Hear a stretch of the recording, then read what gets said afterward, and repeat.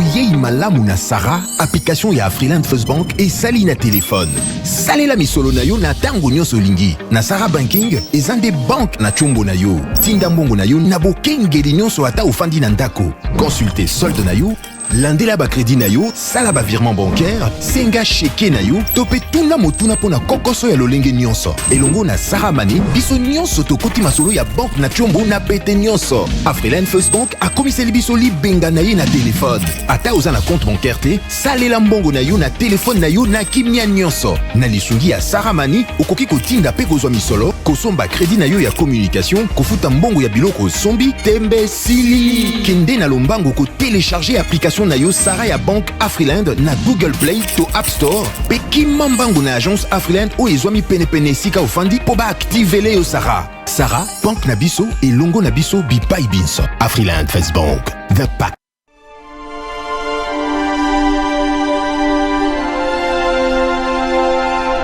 Je suis clairvoyant. Puisqu'un désastre peut me surprendre, je dois toujours protéger mon patrimoine, mes biens meubles et immeubles,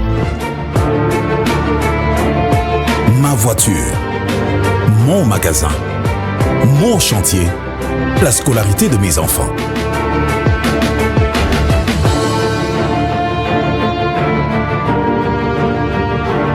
Heureusement, la SONAS a démontré sa capacité à couvrir les risques et à prendre correctement en charge l'assuré, ainsi que toutes les victimes en cas de sinistre.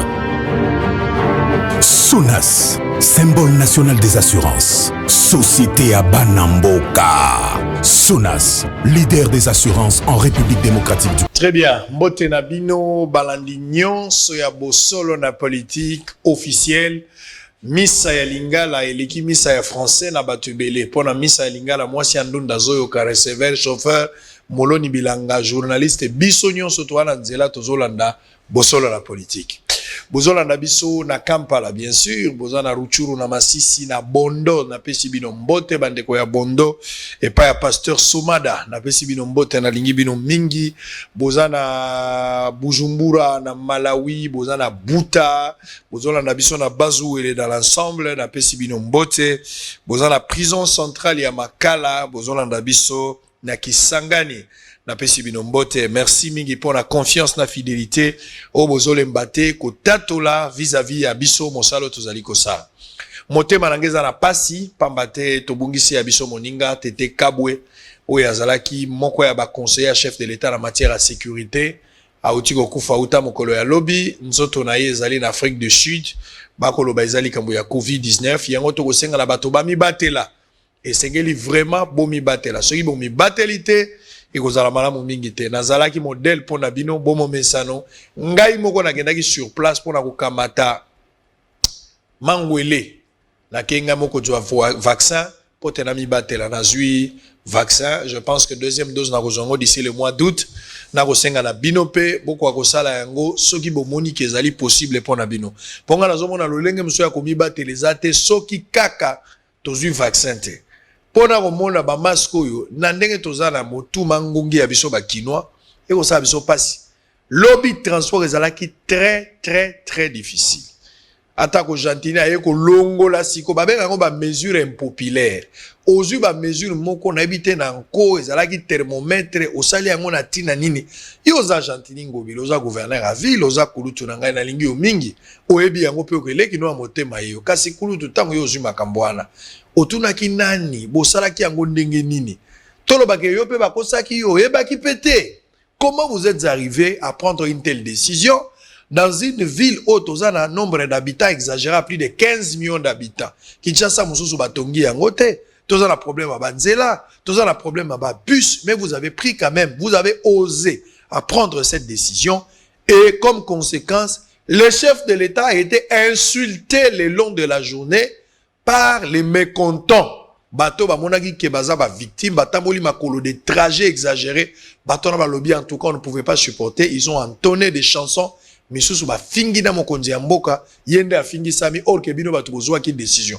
Bolie manga memi ne sali Félix Pasi, bino bato bolie manga mine sali ngai. Vous devez réfléchir à chaque fois. Et c'est pas la première fois que Gentini Ngobila, tu tombes sur des décisions oyo mokonzi ya mboka za kofingala makambo azandu c'était pareil. Donc bomeka kotala ba pour et le contre avant d'aller na ba mesure oyo bokoki kozwa batela bato mokonzi ya mboka lobi masque strict eza lokola nde tozomona wana te ba bureau de bakomi abatami na kwa azokengela masque balobi na bureau de abatama te kende loba na moto avertissement monsieur portez vos masques si vous ne le faites pas on va vous arrêter. Allez dans une phase de sensibilisation bosomela bato ba mégaphone avec beaucoup de respect s'il vous plaît portez vos masques bolata so bolati te kozala mabe bo batela ba maboto na bino bo mi batela soki l'état kangi bo sensibiliser bato moto ayo kaka bilange kola na mai mutakola na ba conseil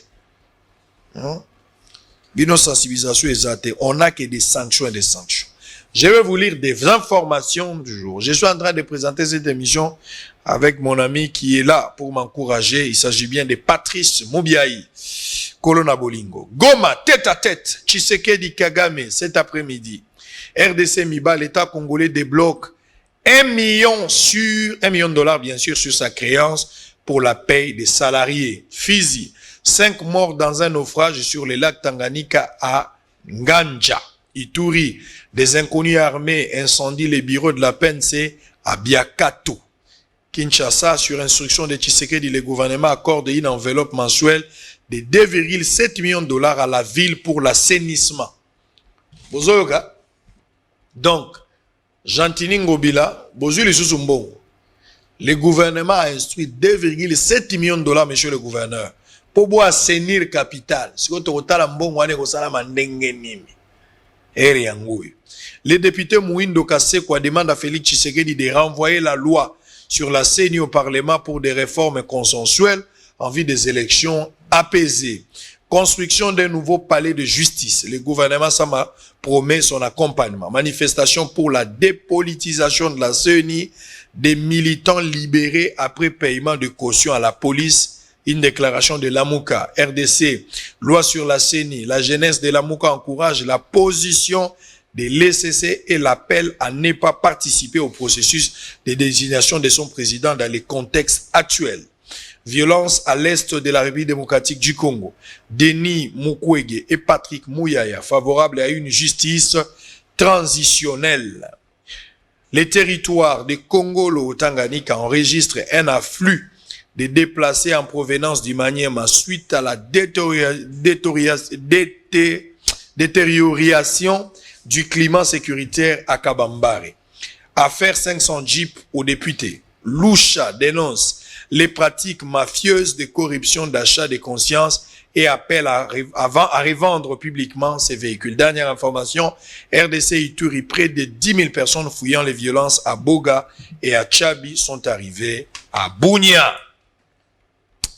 Merci. Alors, on va parler un tout petit peu. Nous avons nos amis qui sont revenus aujourd'hui pour parler un peu des éléments nouveaux. Oye Koti na dossier à Bazouele. Nazawemba bango lelo poto solo alisusu ndekombote. L'autre fois, Tozalaki, c'était quand même bien. Mais Batomba, j'ai eu l'occasion Hollanda yote bazolando en direct pour le moment.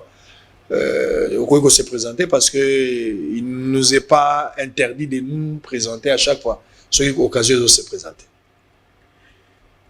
Nabanzi balandi nyonso ya bosolo ya politique ba moni tsusu elongi oyo ezainde kona bino Breno Alio ressortissant ya province ya Bazouele oyo azali awa na Kinshasa lokola représentant adjoint ya province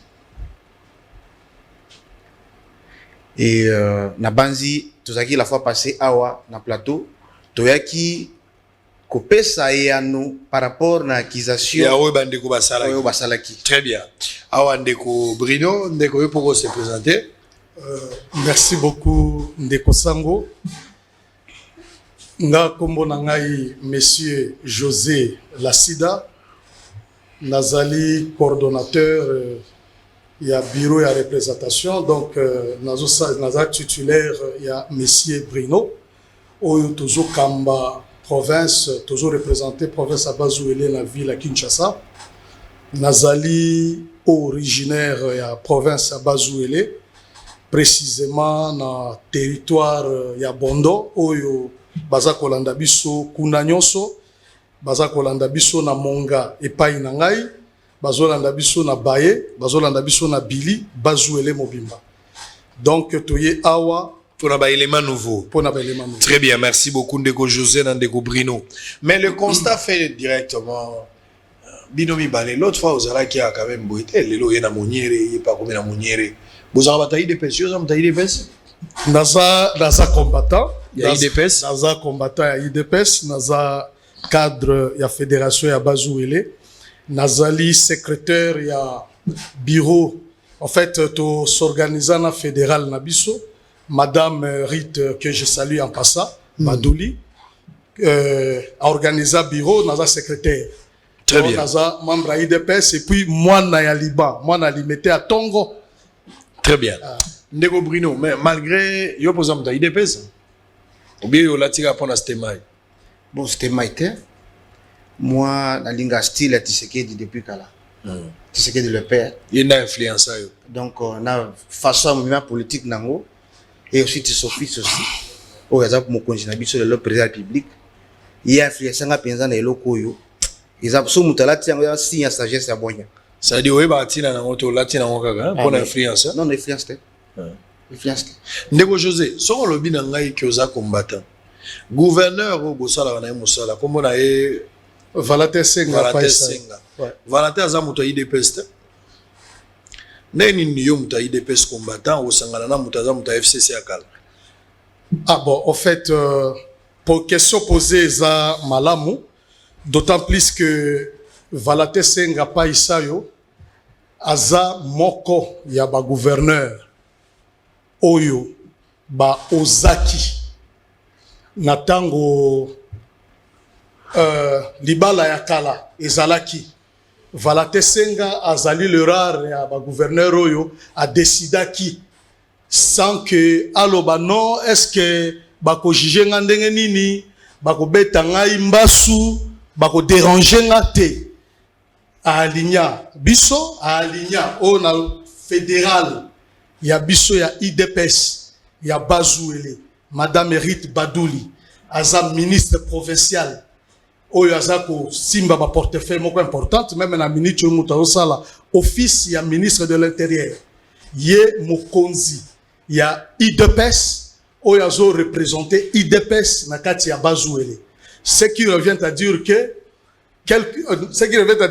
Valater Senga azali na kati na ye azo porter marque pe soutien ya combat ya Etienne Tshisekedi évidemment. Il y a président Nabiso, c'est-à-dire président de la République. Aza nouvellement converti. Baza Batou, Balandi Tshisekedi, lelo à cause à pouvoir, bien avant Bazaki na FCC. Pour yomo lobby, Aza parmi Batou, Bazo qui risque, tant ou liba les alaki, tant ou mokonzi a pandi yango. Non. Valater Senga a aligné a aligné. Nakolo par exemple ministre Rite Badouli comme ministre. Pendant que Libala Ezali, Nangongawana, je crois dans l'ensemble du pays, il n'y avait que 2 ou 3 gouverneurs. Oyo Bazouaki, décision wana. Il y avait des recommandations, Oyo Badaiko ya, na niveau ya, et pas naïe.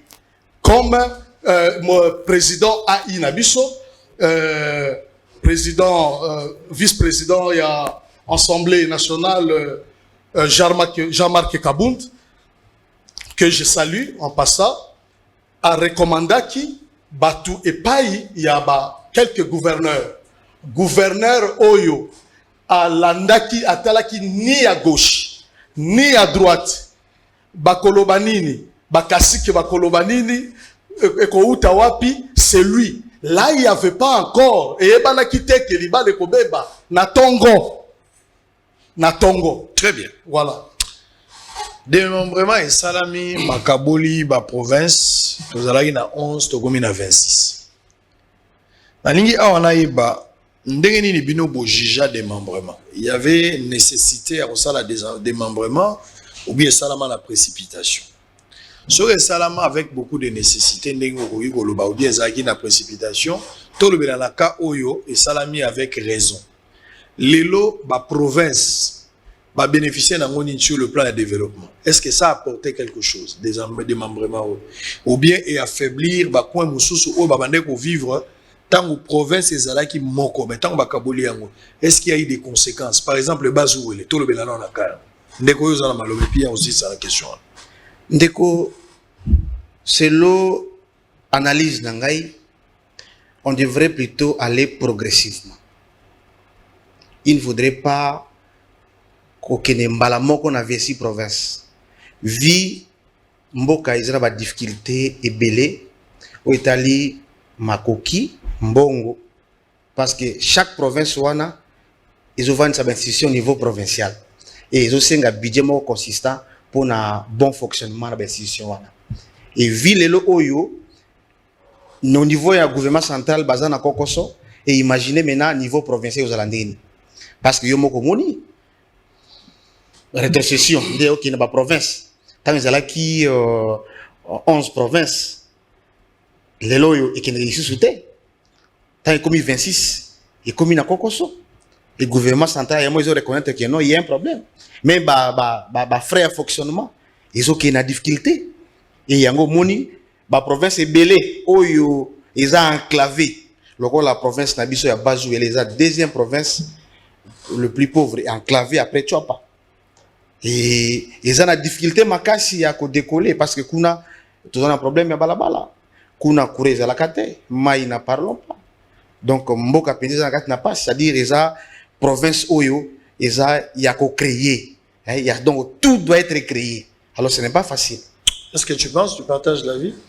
Oui, Ndeko Sango n'a partagé avis. Naroki Koloba que et démembrement ils allaient qui d'une manière précipitée. Au-delà, c'est à dégager un point négatif. Ils allaient d'une manière précipitée, de façon que les lots pour prendre en charge. Le vrai problème, c'est qu'il faut qu'on voit que le président de la République, son Excellence Félix Tshisekedi Tshilombo, la charge à Masolo, a coûté un problème, a coûté un vrai problème, mais Nazali convaincu, je crois, on a promesse, tout comme tout combattant, on dit, mais la cahier. Tout yebike à relever défi. Et là, le positif, oyo, tozui na kati na yango ezali la proximité. C'est-à-dire, démembrement et permettre biso. Tous à la pembeni ya bamboka na biso. Tous s'identifier et pas na biso. Dans les temps, tobana ko s'identifier comme batwa kisangani. C'est-à-dire, soki, na lobi keno, nazo somba. Netinga parcelle na nga ya liboso na vie. Na somba ngo na kisangani. C'est-à-dire na calculer bien, il faut na zalelo na kisangani donc et pas nanga. Dans les grande province orientale. Tandis que et puis tant que toza ko s'occuper na ba problème ya ba province, to banaki mingi ko suka na kisangani. Neti awaje na dirigeant qui ba association ebelé, mais il y a connotation ya kisangani na katia ensemble na yango. Mais au jour d'aujourd'hui, nazali fier ya ko se sentir plus proche ya Bazouele, naza fier ya ko se sentir vraiment donc nazali nazolanda situation ya Buta, nazolanda situation ya Bondo, nazolanda situation ya Poko, ya Aketi, ya Ango, Bambessa. À quelques Buta, à quelques minutes près. Ça c'est l'avantage Oyo et Debiso na côté wana. Mais il y a aussi ezali pe na problème, non seulement il y a et ils ont touché parce que l'infrastructure les a mis en place. Ils ont un problème d'ordre sociologique. Ils ont un problème d'ordre mental. Aux hommes, on a Boutezalaki sous-région à l'époque, chef-lieu à district. Bon, Bamakambo Belé, ils ont sont à Kisangani. Tokyo Goloba, par exemple, Pomba, Bazaï la Kisangani. Mais dans l'entretemps, la Minicho, Pomba, Bahana Bouta. Bon, Mutomususu. Oui, parce que des membrements ils sont les Alandengwana, mais Azap les a préparé dans la gestion de Matamusus. C'est un problème. Alors, s'il faut rester dans cette réflexion, parlons clairement. Bakaboli 26 provinces, le constat est que, surtout la dernière année ici, nous avons assisté à la destitution, il y a plusieurs gouverneurs. On croyait dans l'idée au lobby, il y a proximité. Il y a des bateaux plus proches. Il y a bateau na bango, il y a mambo na bango, ça pouvait résoudre la question. Mais ce n'est pas le cas parce que chaque mois ou chaque trimestre, destitution en cascade, il y a des gouverneurs. Et là, on a justifié cette histoire-là. Qu'est-ce que vous proposez aujourd'hui pour mettre fin à cette hémorragie? Est-ce qu'il y a une solution qu'on peut proposer? Parce que malgré des démembrements, malgré qu'il y a 26 provinces, malgré qu'il y a des gouverneurs, comme plus proche de Batonabango, mais phénomène de destitution est zali. Qu'est-ce qu'on peut mettre sur place pour arrêter cette hémorragie? Je prends encore Steve Mbikai. Steve Mbikai a lobby gouverneur de la province a nommé la proposition par le chef de l'État. Et que Azala originaire de la province était. Azala Moutaouti place, c'est justement la force géopolitique. Mobutu a laissé cette histoire-là. Je ne sais pas. Vous pensez que cette idée à Steve Mbikai, si elle est bonne, ça peut aider en sorte que la destitution comme a réduit et puis le gouverneur originaire de la province soit apporter quand même quelque chose de la ville qui kanda batika ko sala kala. Qu'est-ce que tu penses de ça? Bon, on les a les canisinaye.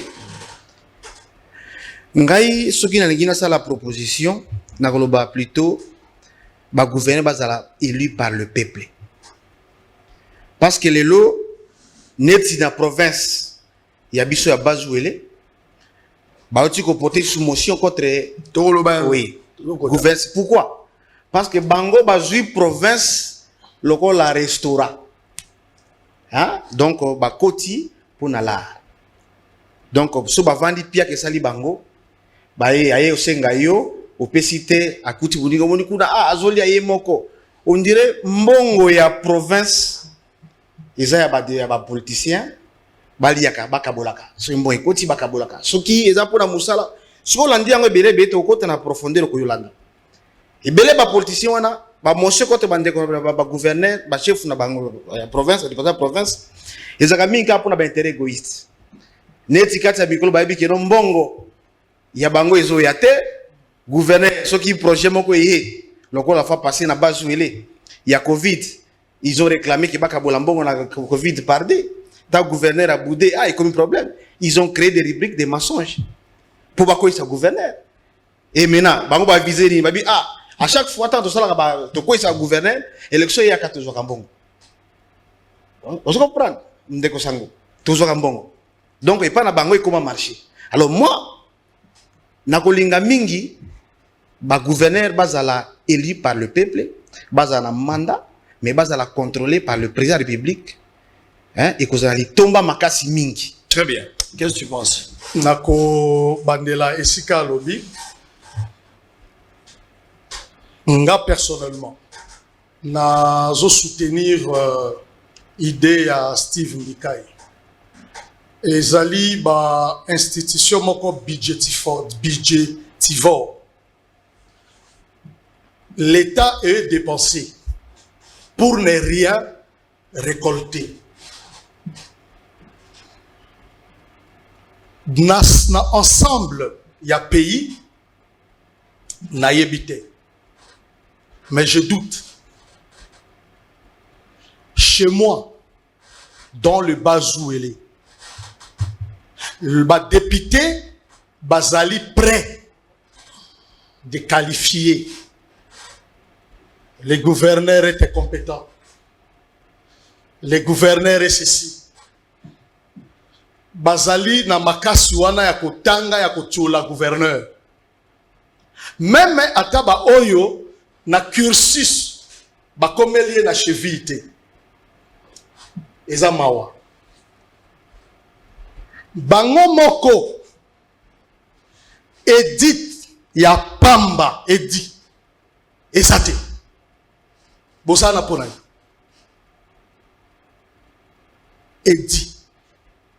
Nayoka kiawa député ya epanangai nani Edi Pascal. Abi 200 kilos et so bimana bondo. Gabi ah bon, ça c'est bien bon. Et ça kitoko. Mais yo proposition nini opesi na niveau ya assemblée pour encadrer le secteur wana, pour et créer valeur ajoutée pour la province na yo.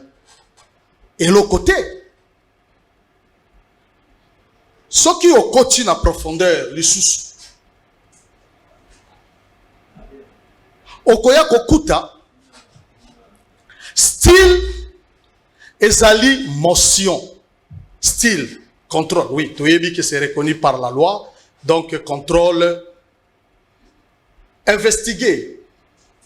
Nakanisi ezakaka na kamoko, si je me trompe pas, site Kivu. Oyo bakeiti na motion elali. Tellement que ba contrôle na bango ezali objectif terre. Ndeko sango na okiko mibeta tolo nazali expert na assurance qualité. Na beta 96%. Mundela tala dimi bravo. Ce qui n'a pas qualité d'organisation.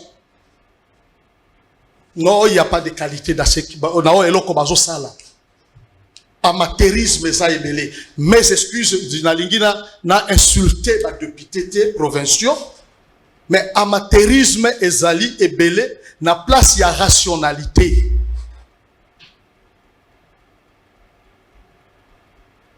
Ce qui vont inviter gouverneur, par exemple, il y a commis l'obéla. Ce qui a lobby, après si nous avons argument, bon monique en tout cas à lobby bon solo, bon salanine, bon encourager, bon pesier toli, et si ka azala ki na kotenga mamouke, bon encourager, bon conseiller et kende. Mais na ba assemblée exacte. Ce qui aussi suit interpellation. Sango. Ce gars, le gouverneur Nyoso, la ebi ba Holandanga partout. Ba député provinciaux ba Holandanga. Dans l'ensemble de la République. Ba yebi que. Ce qui déjà, ba tche na interpellation. Ou bien ba kela ba procédure na bango ala kaka moko elandi yo papa. Ils ont déjà que sort nao, ils ont scellé. Très bien. On va revenir parce qu'il y a une motion de censure déposée hier contre le gouverneur, mais on ne sait pas bazou le gouverneur nini. Ba beta qui est liboso, destitué, réhabilité, mais cette fois-ci ba vandelier liaka nenge tolobaka. Avant de parler de ça, parce que c'est la question d'abord Boya pour expliquer cette fois-ci. Pourquoi encore motion contre le gouverneur? Est-ce qu'ils allaient en acharnement ou bien ils ont un élément ainsi qu'abord bazo reproché? Il faut beau démontrer. Mais avant cela, on va prendre un élément grève des agents à Transco et na dénonciation. Il y a licenciement abusif. Il y a quelques agents Oyo Bazali Babouaki Bangoli Banda. Donc il faudra suivre cet élément. On va se retrouver tout juste après pour pouvoir continuer avec nos frères. Lobby, Bosolo na politique na Tongo, Toroyamba, Délice Sanga, honorable député national, à lobby na Tongo, pour na kopesa makanisanaye par rapport à l'actualité politique. Lui qui devrait être notre invité depuis hier, mais malheureusement, hier à la guité, à Zongi, déjà les Lonamboka, lobby sauf imprévu, il sera de nôtre. Alors on va suivre cet élément, on va se retrouver tout juste après. Poto Joasiko Likambuya Bazouele, Nini bazo reproché na gouverneur parce que une autre motion après réhabilitation nae ezako betaye. Qu'est-ce qui se passe? Nous allons apprendre des vérités tout à l'heure et juste après cet élément. Les mesures préventives annoncées par le gouverneur Jean-Tiningo Bilambaka contre la troisième vague de Covid-19 et la grève de quelques conducteurs de bus Transco qui ont vu leurs collègues des services licenciés abusivement ont eu des sérieuses répercussions sur le coût des transports en commun dans la capitale quinoise ce mercredi matin. De la Tchango en ville ou de Lupin pour le centre-ville, la population qui s'apprêtait à s'y rendre se vit obligée de faire le pied faute des transports. En colère, cette population a transformé ses déplacements en une marche de protestation.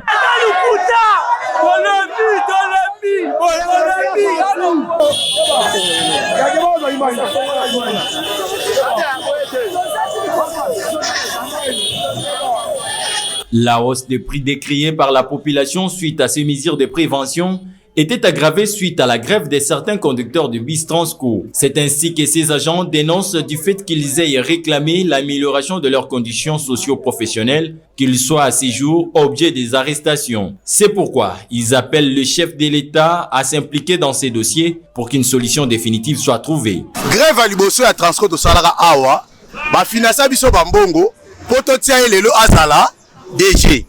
Boy Blackson.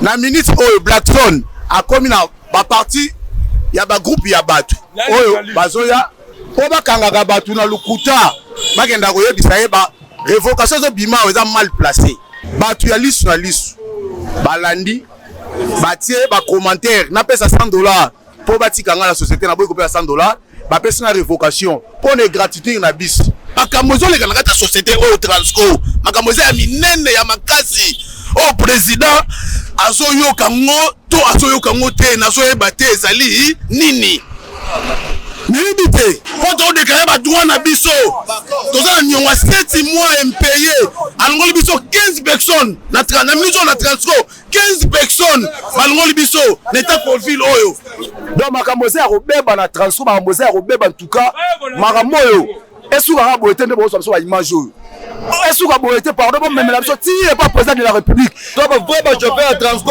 2 ans to commander de tout été pour une solution soit président Mboka soit solution. Si cette situation perdure dans la ville de Kinshasa, elle risque de devenir incontrôlée à cause du nombre important de la population qui ne sait plus à quel sein se vouer. Aux autorités compétentes de savoir toujours mesurer les conséquences de mesures prises. Très bien, merci beaucoup. Issa, Lelo Zana, Félix Kalamba. Alors, Ndeko Brino, la question était déjà posée. Belemani Niasika, ou Bakisi, parce que mention est bêtise au gouverneur. Dans la lecture, est-ce que Zali acharnement? Est-ce que Zali cause mon noble? Parce que peut-être qu'ils ont été trahis par la procédure, mais le problème reste le même. Lecture, Ndeko na to ndenge lobi ezali acharnement ezama ka moko bomba te nazalaki la fois passé na plateau natalisa ki bandeko bayeba eloko nini bandeko na bazali koluka bango bazali wana pona intérêt ya province te nalobaki bazali wana pona intérêt ya bamabumu na bango personnel. D'ailleurs il y a des audios, il y a des vidéos oyo bana mboka na bakonzi ya mboka bakolanda yango sikoyo ndeko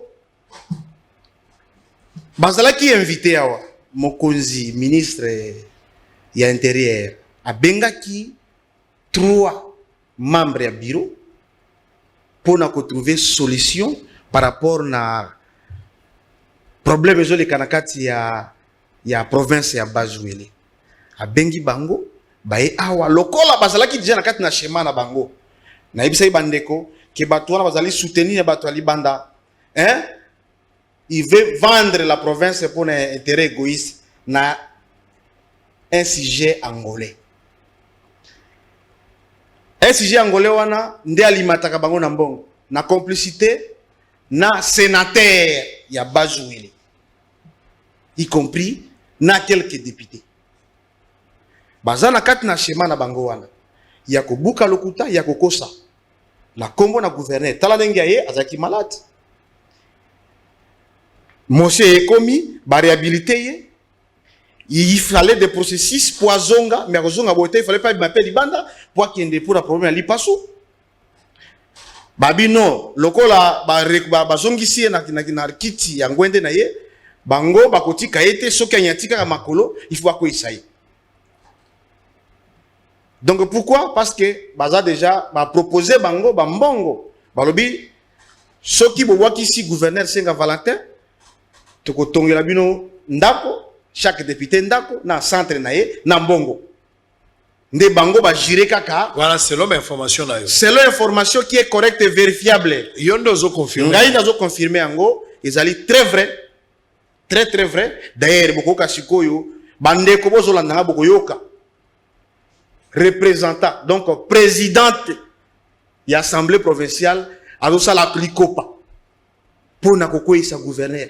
Pourquoi amona mbongo azomona mbongo isa mawa donc nangongo na solo là ezopesa ngai mawa pe pasi komona niveau oyo bacteur politique na biso ya Bazueli en particulier bazo memamboka nango olie basolo la makambo etali intérêt ya population intérêt ya développement basa la bédite et pas bédit plutôt et pas na bango non ce n'est pas ça izambongo mbongo ya to kabola mbongo ya tolia nalia kate et je me pose la question est-ce que province est comme restaurant là où les acteurs politiques vont venir commencer à manger ou la population est basée en première position c'est ça Ndeko Sango Ndeko compléter la likamboana comme ça tout à la qu'est-ce qui va arriver après Ndeko Sango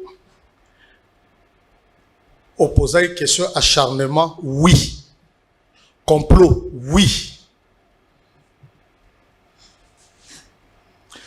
Ngai VPM en charge de l'intérieur à Bengaki ba député ba ya awa pour aye banine zole kana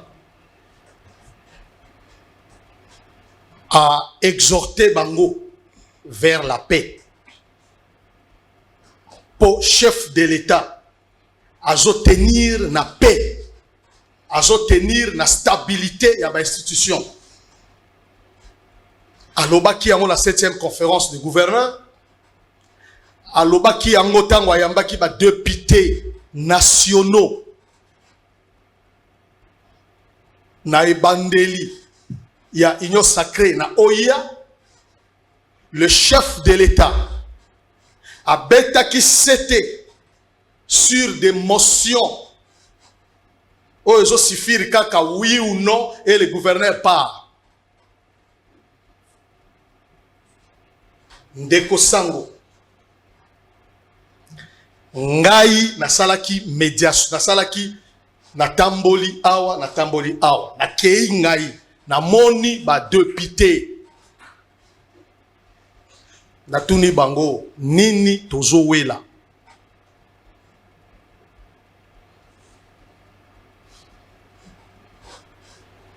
na kati ya ba réponse il est vrai que ba pesi ba réponse ba grief na bango selon bango mais on commande à quelque part moto ayebiso alobi o te omoni ngai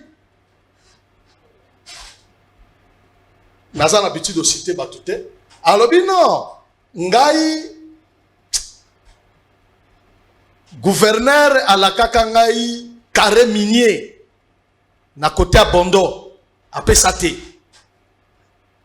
on est le coutateur on est vice-président ok parce que là il faut finalement cette histoire des audios ça oui ça dit problème oui donc après si au gouverneur appelle ça carré minier ozoyoka ba problème bato bazopesa juste ka ba problème personnel na monité place au président la sensation ya développement te na lobi to solo la ba ebisinga lo kene komona gouverneur yebisa ye abenga présidente comme ça présidente a convoqué assise to fanda to beta masolo total adeni to a planir la différent gouverneur na moni gouverneur abengi présidente na présence nanga présidente à répondre à bien non zela naza na réunion na ba député na ko répondre na 14h na ko répondre ti lelo azui amikumbi atamboli akei pona ko kende ko beta motion donc il y a un complot c'est-à-dire selon vous hein ouais ce qui m'étonne makamnyo so ba député ba loba geza lokuta selon bino et que ville na bino bientôt ba province à Bazuele makamnyo so ile kana bien donc vie est normal peuple a se retrouver botongi banzela le bilan est largement positif selon bino do ba député na ba kinde ko sakana ba kosi bino bosali ndeto zolo ba bobato bazola na Bazuele donc pona bango baza fier na musalo bino bosali selon bino sango nakanisi Ndeko Bruno alobaki à l'introduction parmi ba conséquences nakanisi président de la République le chef de l'État, garant de la nation, abetaki lo seba alobi qui salou me banda. Quand? C'est qu'il y avait blocage. Comment ce qui blocage ça et pas y a papa. Et bon blocage cause et pas ya ba yaya te et pas banate. Ce qui lelo bazali ngana za combattant na le kagasa et là oh fatia ça le côté. Non. Il était question du temps. A kendeki ni à gauche ni à droite pas le bas qui salou me banda. Si on est makambo bandi. Bon, gouverneur, j'ai un exemple, pardon. Nazo ça la défense à autorité. Mais le gouverneur Jean, Babetaye à 4 mois seulement. Est-ce qu'on peut évaluer le gouverneur à 4 mois, mon frère? À 4 mois. Et ça normal. Et ça normal. Même à une année, on ne peut pas évaluer le gouverneur dans une année. Tokoti démembrement. Et Yen Aloyenge, ce n'était pas préparé, ce n'était pas planifié. Bon, pour des raisons XY, que tu connais dans démembrement. Bon, et puis, et comme ça, la paix que le président Fachi a pas coutani na likambwango, na bukumba ya kutaki na nzela, a même nango malgré kilo, mais je vous informe que, bah, acte, et bandi kozala, il y a déjà, son de cloche, déjà au Kenya, province, même Mikolo déjà, Kalamingite au monde d'investissement comme à la Kaki, Azo qui est déjà dans l'action pour que ça démarre. Alors, mon problème est que si le chef de l'État avait reconnu qu'il y avait blocage et que c'est maintenant que le travail. Et ça, les choses sont claires, ça se montre. Et ça, problème. Il n'y a pas de problème. C'est un problème sérieux. Bon, non. Vous savez, tango financement zoyate na province. Tango mbongo ya kofuta batu tezo ya te na province. Tango mbongo esalaka po musala esale mezo ya te na province. Province tambo ndeni. Aussi lota que gouverneur senga valate paisa ya kuta ki province na combien de millions de francs congolais? 30 millions de francs congolais. Et quel genre de province? Province oyo ekoti saka mbongo be na ba vélo na ba moto. Ndeko la ngai. Société exacte. Province ekoti saka mbongo taxe obe na ba vélo na ba moto. Ou soit tu as mis moi makemba na ye na vélo ajouti indika ba futi taxe. Malembe te komi komata. Malembe te komi mata. Mais et pas na bande ko na biso wana. Na kosenga mala mingi toke na vidéo bati la biso vidéo ya présidente ya assemblée ou azali ko reconnaître. Mais pourquoi bozo kangama na biloko ba vidéo na non, finalité na ngozo zala nini? Parce que bato bayaki avant bino bayaki na ba audio. Bino lelo boye na ba audio na ba vidéo. Finalité eza nini? Problème ezali to la balance au mesurer moninga yango kanda zo mesurer. Très bien. Il y a pas de problème. Balance ka yango la bozo kangama, bozo assurer bino moko paternité. Moi je connais pas l'origine ya ba vidéo na ba audio. Mais bino bozo confirmer que bozo attribuer yango na bato bino bozo tang. Effectivement. Très bien. Alors, on va suivre ces audios. Et ça, on a passé province, on a comme audio. Audio et bimi, vidéo et bimi. Et comme c'est moi ma tante. Au juste titre, on a nini. Ezo bema nini. Makamango nini ezana kati. Il faut to yoka. Coopération ezo sala mabato à partir de téléphone. Boni mon cher. Parce que moi, eloko ezali. Ya on bo sur le téléphone. Bo sala rapé moi keba. Sala moi keba. Et ça la biso moi passe makambo mboka bozo kabolango lokola zeke ata zeko babetaki ne lamba yesu basalaki yango boete vidéo na audio fungola mato isomba tiche coton yoka makambo bazolo balakati. On se retrouve après. Merci. Na bakambi na province oyo babengi gouvernement provincial po ete na nzela na bangonde denge bazali kotoke partout bake ko koma komemela biso lelo ba partenaire oyo tolobi tolongoi na ndoto tokomi na réalité tozongisi matondi pona ba recherche wana nde topesi isusu merci awa ezali kaka biso ba député na poko te nde toyaki topesi merci na gouverneur particulièrement na province ndenge ba contacte oyo lelo tobandi komona réalité ngo ko bambana yambo kati na province na Bazuele toza na babengi investisseur lokola kuna toyoka kadurba moto nyonso alingaka kende kuna lele komi biso bato bakolinga pe baya awa na tetwa na poko na province na Bazuele topesi lisusu merci mpona bandeko na biso tozali mpe na bapaya soki tolobi bapaya c'est-à-dire bandeko oyo bandeko na biso badepute tozalaka na bango kuna na province na territoire mosusu parceke eza makambo etali province bandimaki mpe baya kosangana na biso kobima kuna na buta totamboli nzela boyebi ti bakomi mpona kotala mai masalemi oyo nzambe asali biso na territoire na poko particulièrement na chefferie ya Zulu. En tout cas, oyo koloba mwana papa Celestin naza na idango te nayebi te soki oyo wapi nde akozala susi na biso wana eza tolongola oyo azali oyo totiaki ye bon wana siko ndenge tosaki baclose kuna chef de l'etat nde akopropose gouverneur biso tokopesa vice bongo nde baclose yango ezali mais pour le moment je ne sais si ça sera qui nde mwana Celestin bakende tia ye fifi ana mbongo nayebi te akabaka te aya nde soko akabaka mbenga nde moto yango naza kojuire na esengo yango akabaka na ye te kutu awa ndenge nazawa boye kolege ya Lualaba nde atindeli nga mbongo oyo nafutaki nango biye po akozonga nakomi ape lelo atindeli nga esu mbongo toki $300 po ekomisa nga na buta eya somo akabaka na ye te wana ndeko na nga sa nyokoli biso eza nga ndeko no nazaka ta te lokwa presidente na assemblée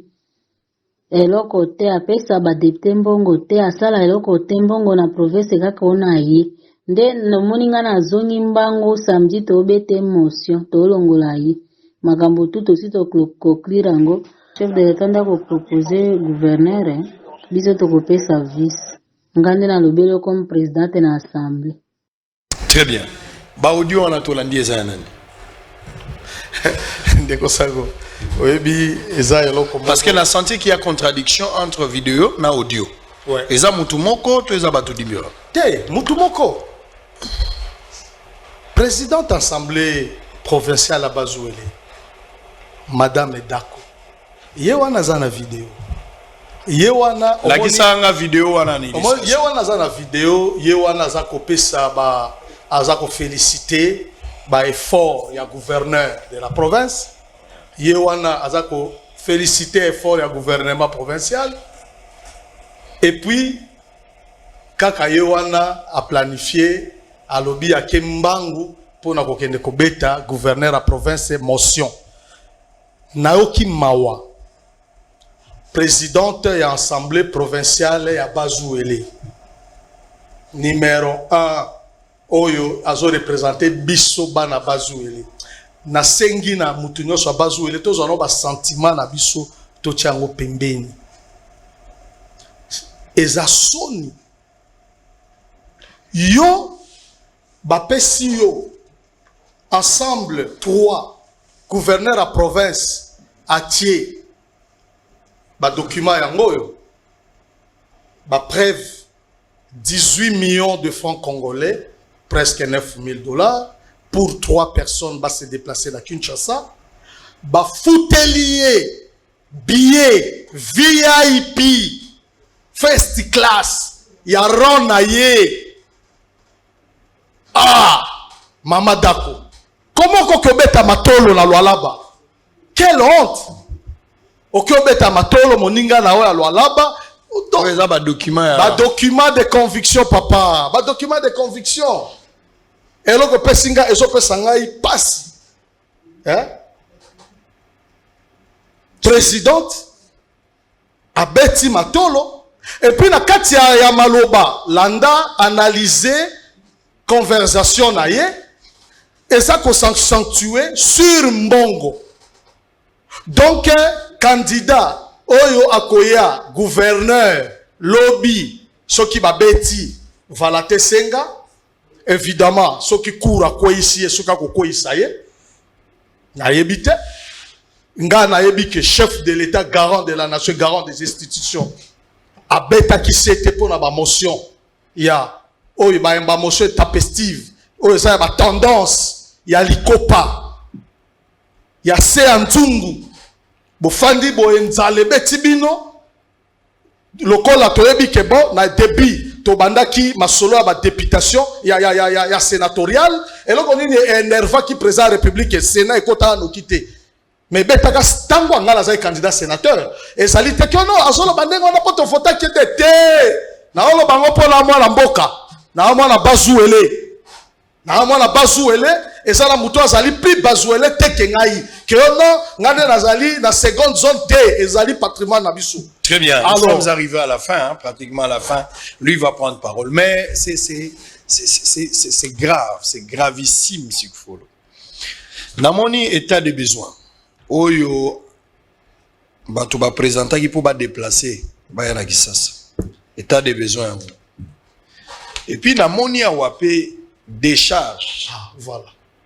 Awapé kaka maman yango dako Augustine Nabala, yé moto akomaki état de besoin.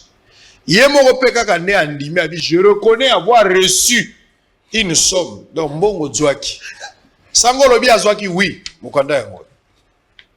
Sango lobi asolo oui monsieur ngaite mukanda yango. Alobi na mbongo. Mbongo na zwaki. Bapesa ngai mbongo.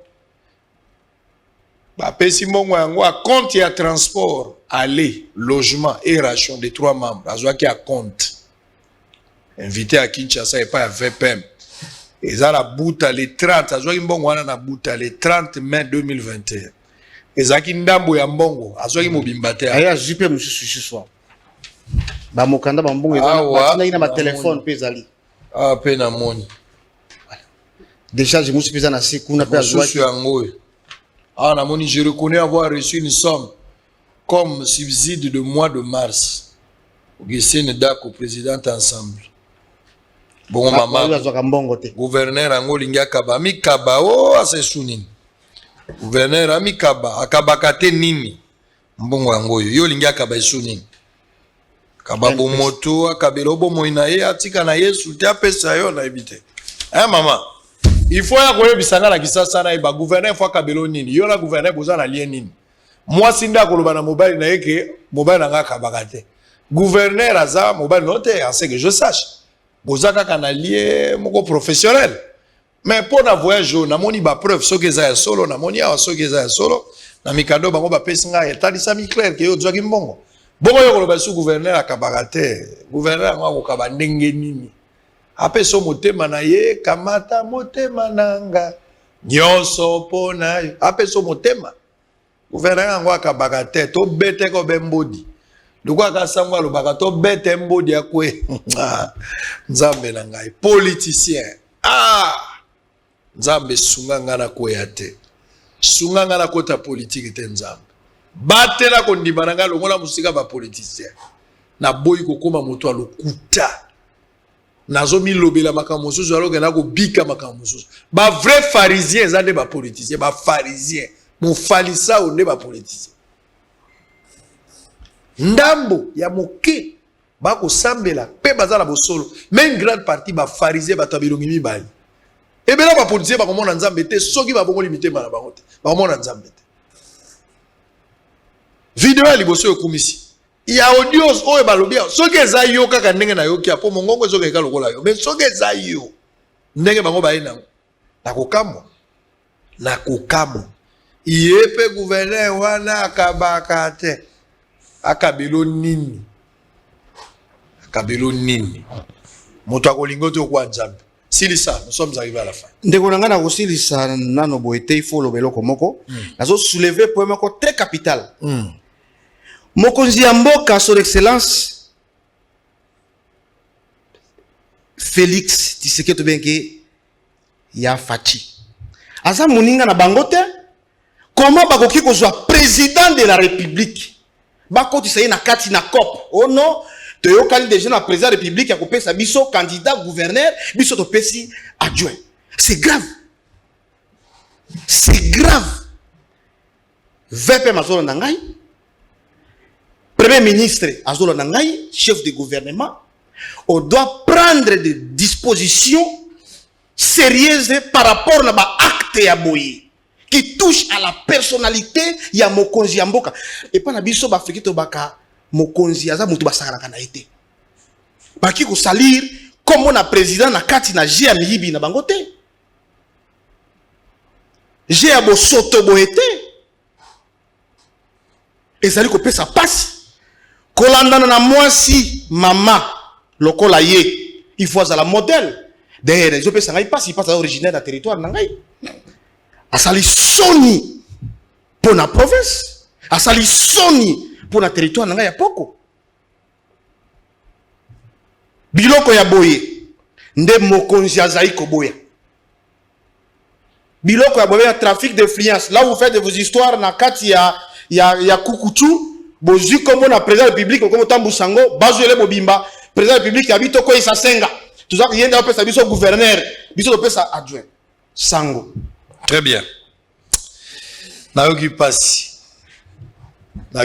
pasi bokotisi mokonzi ya mboka kombo na ye na kati. Est-ce que d'abord le président Antoine chef de l'État est-ce que c'est beaucoup tana na ye à part peut-être ce que ça officiellement ba bengisi réunion ya bato ensemble tout ça mais après est-ce que c'est beaucoup tana na mokonzi ya mboka na éviter moni tozala mboko bato baluka rapé ba titre na ndenge na ba mais ceux qui makambo bande ko bazolo beza solo okoza sanctionner sévèrement parce que je ne pense pas qu'on doit jouer avec le chef de l'État jusqu'à ce stade.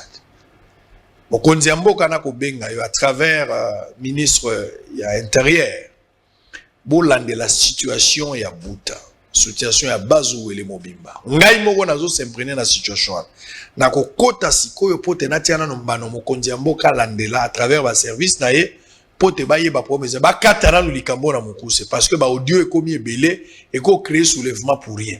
Alors na ko senga na ba kondima kota likambo yo pona opesa kimia ko départager batu justice ça la musala et pesa moto ya kolonga so gouverneur muta kozonga la musala azongel so ka nzela ko kende na gouverneur a kende me likambo ezali kimia ezala kolanda na surtout na ba audio yo po eza opesa soni eza ko fingisa même communauté na bino mituna est-ce que toza pena na bato ya bonsomi to toza na miyibi balati kazaka ba mubenga que bazaye bato na biso.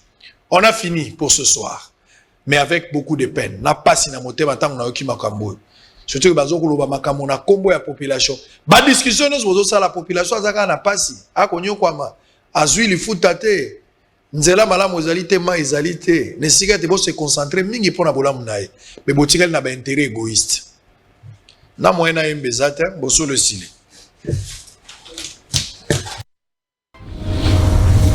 Bouyei malamu na Sarah, application ya Afriland First Bank et sali na téléphone.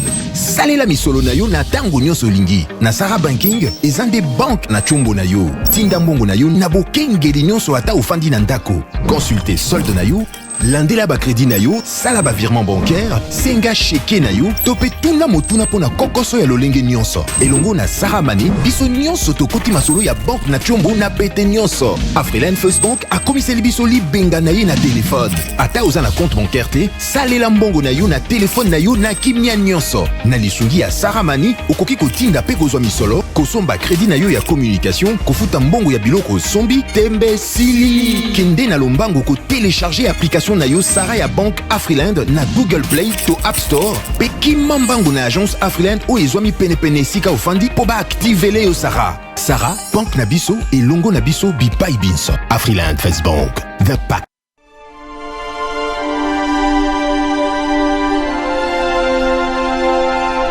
Je suis clairvoyant. Puisqu'un désastre peut me surprendre, je dois toujours protéger mon patrimoine, mes biens meubles et immeubles, ma voiture, mon magasin, mon chantier, la scolarité de mes enfants.